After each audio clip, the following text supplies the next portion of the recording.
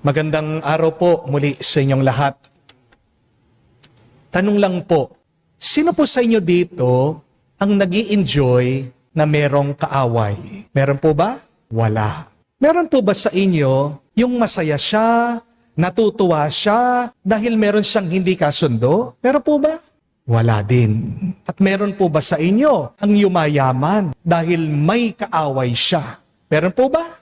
Sabihin nyo lang po. Kung yan ang sikreto para yumaman, ha? Dadagdagan ko yung mga kaaway ko. Pero meron po ba yumaman dahil dumami yung kanyang kaaway? Meron siyang kaaway? Meron po ba? Walang yumayaman kapag meron siyang kaaway.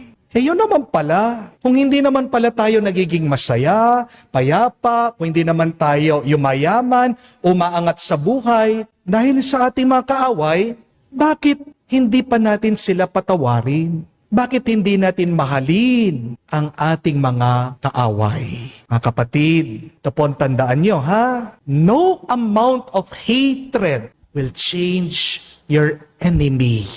No amount of resentment will give you justice. No amount of revenge will undo the painful past. Maghiganti ka. Hindi naman yan mababago nakalipas. Kamuhian mo yung nakasakit sa iyo, hindi mo siya mababago. At hindi rin gagaan ang pakiramdam mo. Amen? Kaya may dahilan ang Diyos. Bakit inutos niya na mahalin natin ang ating mga kaaway? Una, ito ay dahil anak tayo ng Diyos. Love your enemies because that is who you are. You are a being of love. You are a child of God. Remember this. Anyone can love their friends. But only children of God can love their enemies. Because children of God love like God loves. Mahalin mo, kapatid, ang kaaway mo. Kahit sino pa yan? Asawa mo man, magulang mong nakasakit sa iyo, anak mo na lumalaban sa iyo, kapitbahay mo na chismoso, chismosa, katrabaho mo na pabida-bida, o kahit na yung hindi mo kaisip sa politika. Magmahal ka sa mga hindi mo kasundo, magmahal ka sa mga mahirap pakitunguhan, magmahal ka sa mga nakakasakit sa iyong puso't damdamin. Kasi may pagmamahal kang ibibigay sa kanila. Oo, hindi ka man nakatanggap ng mabuti galing sa kanila, pero baka nakalimutan mo, palagi kang nakakatanggap ng mabuti, ng grasya, ng biyaya galing sa Diyos. Di po ba? Kaya yung tinanggap mo na pagmamahal, huwag mong itatago, ibigay mo. Because remember, the more that you give, the more you receive. Amen? But secondly, love your enemies because it makes life more enjoyable, beautiful, and blessed. Ano pong mas masarap? Yung magmahal o magalit? Ano po? Yung magmahal. Di po ba? Kaya nakakapagtaka, bakit hindi natin pinipili na magmahal? Ang sarap ng nagmamahal eh. Ang sarap ng minamahal ka eh. Di po ba? Mahirap kang mahalin kung ikaw mismo hindi ka marunong magbigay ng pagmamahal. Kung gusto mong makatanggap ka na mas maraming pagmamahal, umpisahan mo sa iyong sarili. Amen? Remember that love is the sweetness of the soul. Love is the pleasantness of the mind. And love is the makeup of the face. Alam niyo po ba kung anong kahulugan ng buhay? Bakit po tayo nabubuhay? Bakit tayo umiiral? Bakit hanggang ngayon umihinga tayo? Bakit po hanggang ngayon nandito tayo sa ibabaw ng mundo? What is the meaning of life? What is the purpose of our life here on earth? Alam niyo po ba? Pakinggan niyo po ito, ha? Huwag niyong kakalimutan. Dalawa po ang dahilan. Bakit umihinga ka, buhay ka pa rin, nagpapatuloy ka, umiiral ka. The first point of our life is that we should know, we should love, and we should serve the Lord. Nabubuhay ka para alamin mo, mahalin mo, paglingkuran mo ang Diyos dahil utang na loob natin ang ating buhay sa Diyos. Na-realize niyo po ba na buti na lang hindi ka ginawang bato ng Diyos?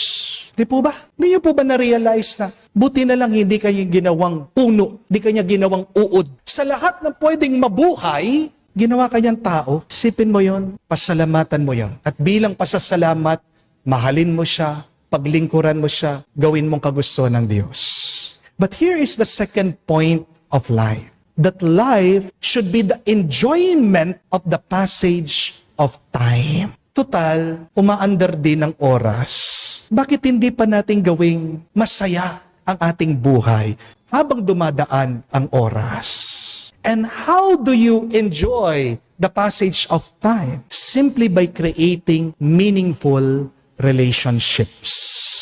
Anong talagang nagpapasaya sa tao? Pera? Panandalian lang yan. Kapangyarihan? Mawawala din yan. Kayamanan? Nananakaw din yan. Kalusugan? Manghihina ka din. Pero pansinin niyo po, kapag makahulugan ang iyong mga ugnayan, ang iyong relasyon, kahit na mahirap ka, kahit na mahina ka, kahit na wala kang pangalan, pero masaya ka, payapa ka, nakakadama ka ng kahulugan sa iyong buhay. Di po ba? It is relationship that makes our life more meaningful, bearable, and happy. Amen? Alam niyo po ba bakit meron po mga taong nagbibisyo? Miserable mga yan. Bakit meron mga taong nagdadrugs? Kasi hindi maganda yung relationship nila sa kanilang mga pamilya. Di po ba? Nagdadrugs yung tao kasi meron siyang tinatakasan na realidad, na sitwasyon sa kanyang buhay. Yung mga chismosa, naghahanap lang ng simpatsya yan eh. KSP ang mga chismosa. Di po ba? Kasi pag ang isang tao minamahal, hindi siya kailangan manira ng kapwa niya. Kaya naninira ang isang tao kasi yun lang yung maibibigay niya sa loob niya eh. Sira din kasi siya. Pero pag buo ang tao sa loob, wala siyang makikitang dahilan. Bakit kailangan niyang sirain yung kapwa niya? Kapag ang tao kulang sa pagmamahal, yan ay nang-aaway. Yan ay nagwawala. Siya'y nakakasakit sa kanyang kapwa. Alam mo na may problema ang tao. Pagkatapos sasaktan mo pa siya. Maawa ka sa kanya. Again, we love our enemies. Not because we tolerate their behavior. Mahalin mo yung nakasakit sa iyo. Bahala na ang Diyos. Ang Diyos ang gagawa ng hustisya. Ang Diyos ang magpapantay ng lahat. Hindi mo trabaho yun, kapatid. You love your enemy because it is the most pleasant, the most enjoyable thing to do with your time, with your life, with your energy. Mas masarap nagmamahal kesa sa nagtatago ng sakit ng loob. Amen? Muli po, tanong ko sa inyo, anong mas masarap na pakiramdam? Yung pong nag-iisip paano ka maghiganti o yung nagpapatawad ka? Ano po? Nagpapatawad. Kasi pag nagpapatawad ka, pinapalaya mo ang iyong sarili sa galit. Amen? Anong mas masarap sa buhay? Yung wala kang kaaway o yung meron kang kaaway? Ano po? Yung wala kang kaaway. Kasi wala kang iniisip. May mga iba sa inyo, hindi na makatulog. Meron mga iba, hindi makapagtrabaho. Kasi hinahayaan nilang tumira sa isip nila yung mga taong nakasakit sa kanila. Di po ba? Sino nagpapasok dyan? Yung ibang tao? Hindi. Ikaw mismo. Di po ba? Kung pinapasok mo ang taong yan sa iyong isip at puso, nasa iyo din ang susi, kapatid. Buksan mo. Palabasin mo. Evict mo na. Now na. Huwag ka na maghihintay ng bukas. Amen? Mga kapatid, magmahal ka kahit sa mga kaaway mo. Kasi wala naman pong masasayang. Kapag nagmahal ka, babalik din sa iyo yung binibigay mo, yung pinapakita mo, yung binabahagi mo. Amen? Be good to others even if others are not good to you. Because the goodness and the grace that you share will come back to you 100-fold. Amen? Panghuli po, magmahal ka ng kaaway para tuldukan mo na ang kasamaan. May tao daw po na nandura sa isang pari.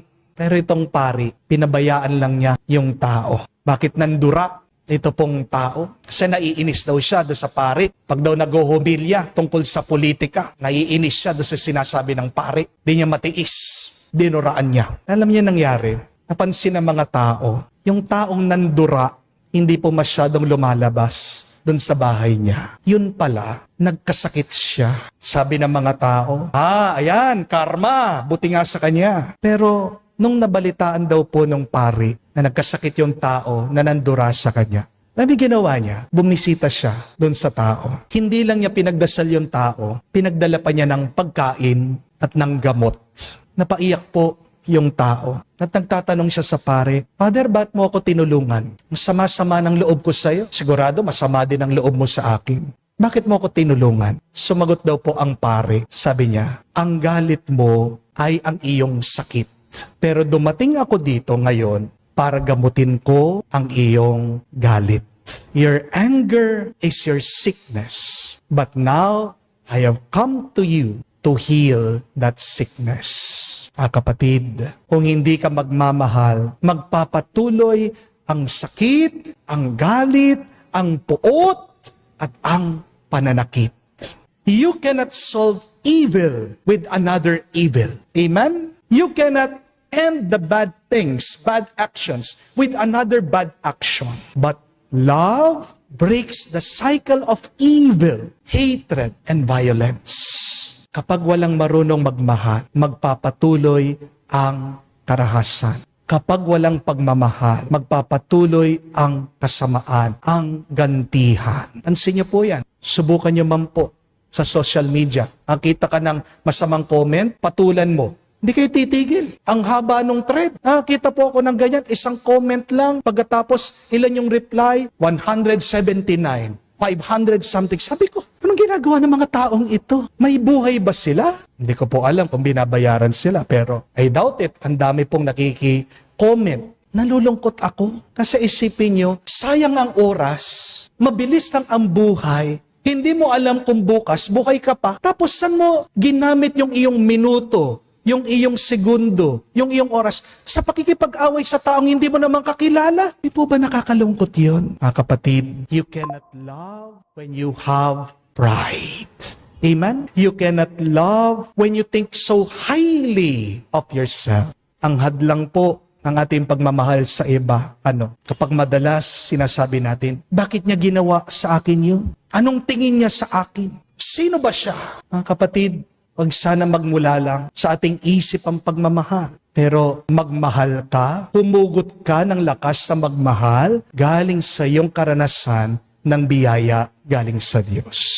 Always remember, you are not God. You are not always perfect. Many times, we become the enemy of God because of our sins.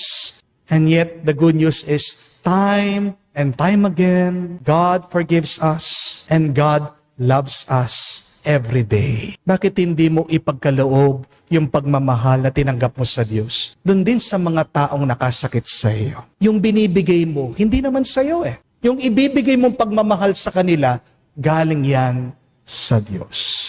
Kaya mong magmahal kahit sa mga nakasakit sa iyo. Yan ay grasyang pinagkaloob ng Diyos sa iyo. Just choose it.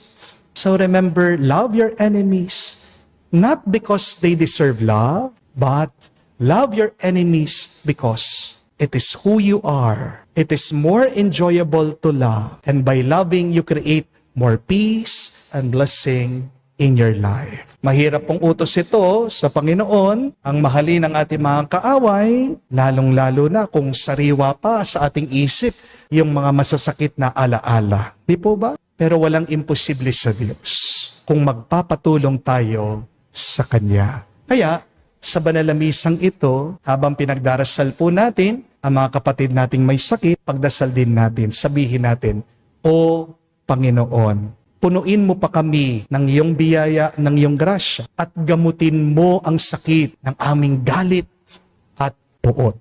Turuan mo kami araw-araw na magmahal kung paano ka nagmamahal. Parang aming buhay ay mas gumanda pa, mas gumaan pa, at mapuno ng biyaya ngayon at magpakailanman. Amen.